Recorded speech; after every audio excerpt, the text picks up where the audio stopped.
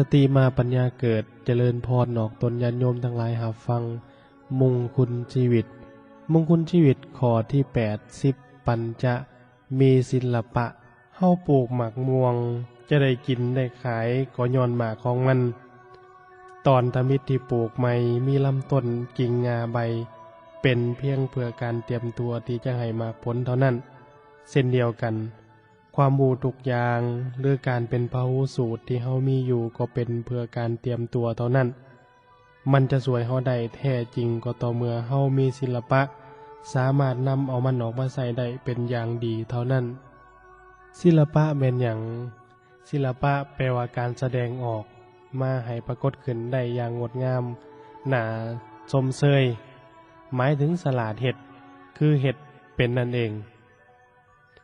พหูสูตรนั่นเป็นผู้สลาดหู้สลาดเฮียนหู้ในหลักวิชาการ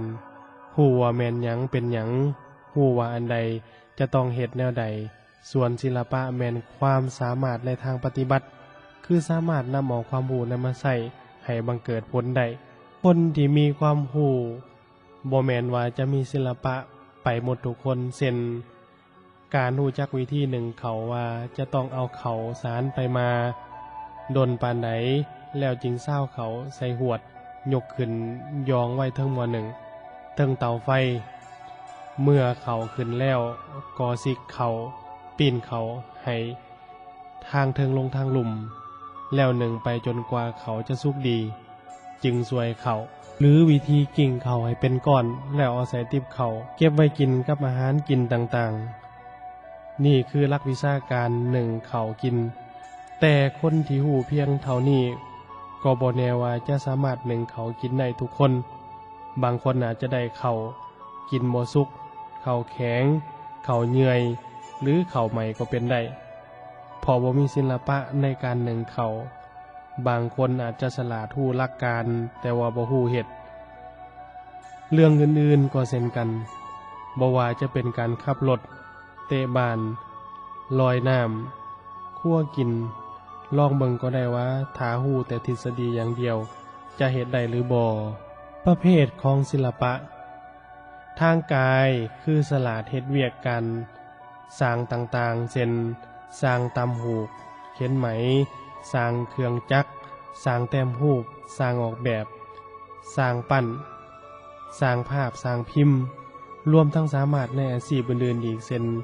การเฮ็ดสวนเฮ็ดไร่เฮ็ดนาปลูกพืชต่างๆการเขียนหนังสือการกวดคนเจ็บตลอดทั้งการยืนอย่างนั่งนอนอย่างมีมารยาทการแต่งตัวให้เหมาะสมการต้อนรับแขกการแสดงความเคารพร่วมกับการวางตัวสำรวมกายก่อจัดเป็นศิลปะทั้งสิ้นทางวาจาคือสลาดในการเว้าจามีวาทศิลป์ผู้จักเลือกเว้าแต่สิ่งที่เป็นประโยชน์สามารถยกใจของผู้เว้าและผู้ฟังให้สูงขึ้นได้ทางใจคือสลาดในการคิดมีสติสัมปชัญญะสามารถควบคุมความคิดให้คิดไปในทางที่ดีคิดในทางสร้างสรรค์คิดในทางยกจิตใจของตัวเองให้สูงขึ้นฉะนั้นศิลปะจริงหมายถึงการคิดเป็นเว้าเป็นและการกระทำเป็นองค์ประกอบของศิลปะสิ่งที่เฮ็ดแล้วจัดว่าเป็นศิลปะต้องประกอบด้วย6ประการดังนี้คือ 1. เฮ็ดด้วยความละเอียดอ่อน 2. เฮ็ดให้สิ่งของต่างๆมีคุณค่าสูงขึ้น 3. เฮ็ดแล้วส่งเสริมให้เกิดความคิดสร้างสรรค์ 4. เฮ็ดแล้วบ่เฮ็ดให้การลุกลาม 5. เฮ็ดแล้วบ่เฮ็ดให้ความคิดพยาบาทลุกลาม 6. เฮ็ดแล้วบ่เฮ็ดให้ความคิดเบียดเบียนลุกลามลุกใหม่ไปคุณสมบัติของผู้มีศิลปะ 1. ต้องมีศรัทธา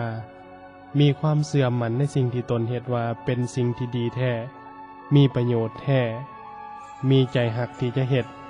และมีความตั้งใจว่าจะต้องเฮ็ดให้สำเร็จเสร็จสิ้น 2. ต้องบ่เป็นคนมักขี้โลก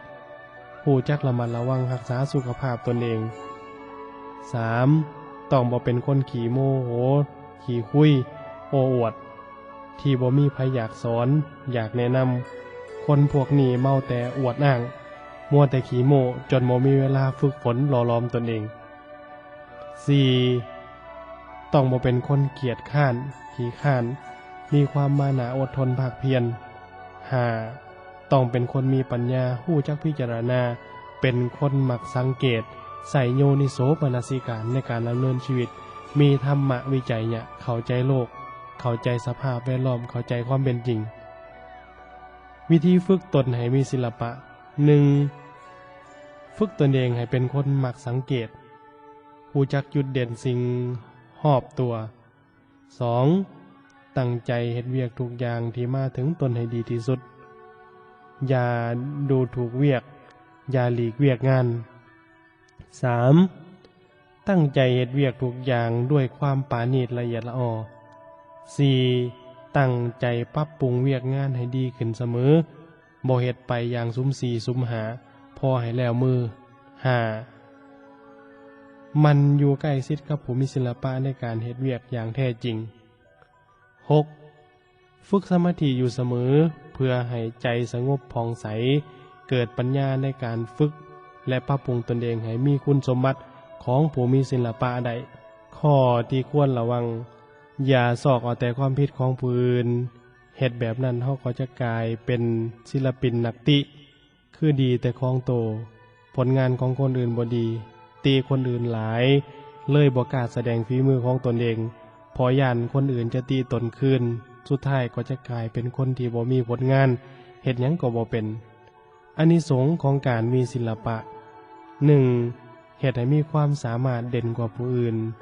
2. เฮ็ดให้คนเลี้ยงตนเองได้ 3. เฮ็ดให้คนฉลาด 4. เฮ็ดให้คนหังมีสมบูรณ์พูนสุข 5. เฮ็ดให้คนประเสริฐ 6. เฮ็ดให้คนได้รับความสุขทั้งโลกนี้และโลกหน้า 7. เฮ็ดให้โลกเจริญทั้งวัตถุและจิตใจ